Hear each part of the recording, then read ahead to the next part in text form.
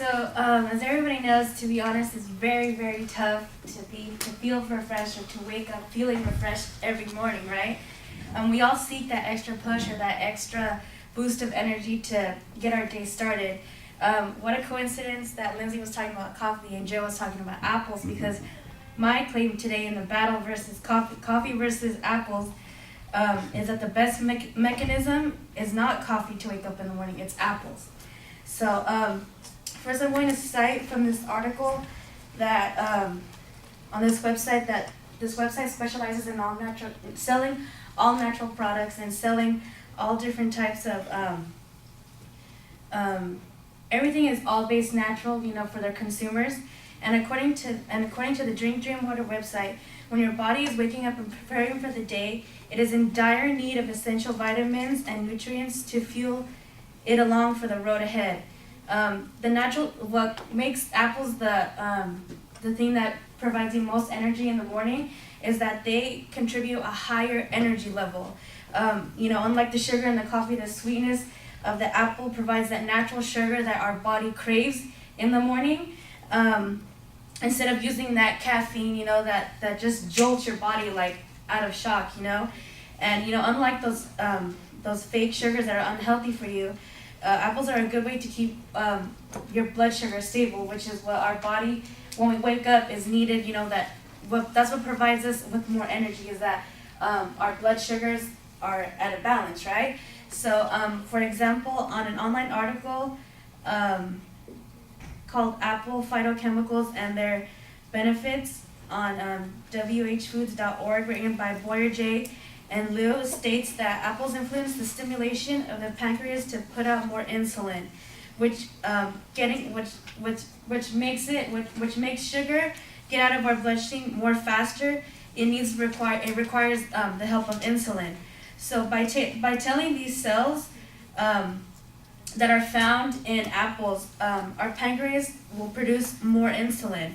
So these certain enzymes and these polyphenols found in apples can help us clear more sugar from our blood and keep our blood sugar level in a balance so we can stay awake longer. Third, caffeine provides such as coffee, just provides that temporary, high, and usually sometimes, that not a high. I guess it's more like just an awakening.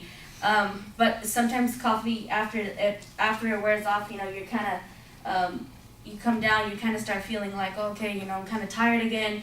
You start feeling more like drowsy, out of energy. Your energy runs out, and on this website on wikianswers.com, Eric B. shares an opinion on why apples are so effective.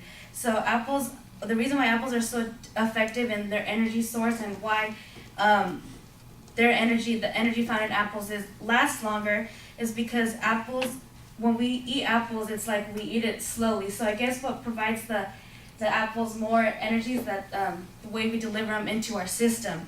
And the skin of the apple, contains high fibers, and once again, the sugar in it is all natural, so it doesn't provide that such letdown as like energy drinks or like coffee does.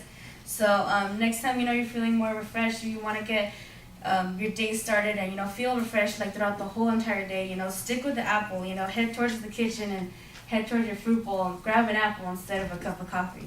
So that's it.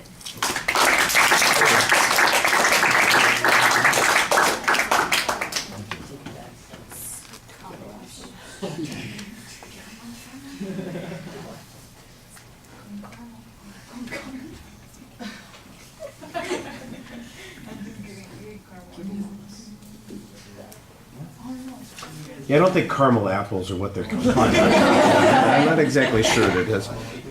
Candy apples don't fit the same category. All right, Lori, I like the opening where you're talking about the previous speakers and you make reference to both the coffee and the apples. I thought that was a good reference to the speakers today, and shows that you're paying attention, alert, and trying to get everybody interested in what you're talking about. I thought that was a good way to go. You've got a very clear statement of your claim. You have excellent citation of your sources. Now, it sounded to me like almost everything that you said falls in the testimony category, and I was having trouble finding how any of it would fit into the other categories. There were a couple of spots that I thought, okay, okay, maybe this is some factual data that's being presented here, but I didn't hear anything that was statistical. And at best there was maybe a hypothetical example. So it sounded like you had several pieces of testimony, some of which had some factual data in it. But I'm struggling getting you credit in one of those into a third category there.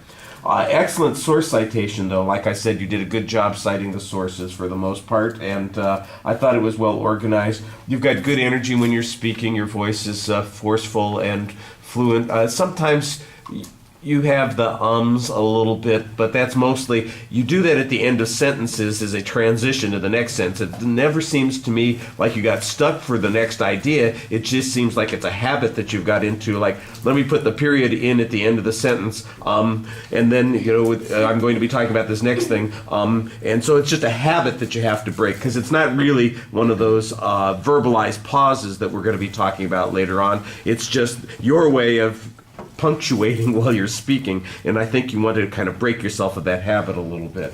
Excellent audience contact, and you're very animated when you're speaking, so all those things are, bode well for the future. Good deal. Thank you.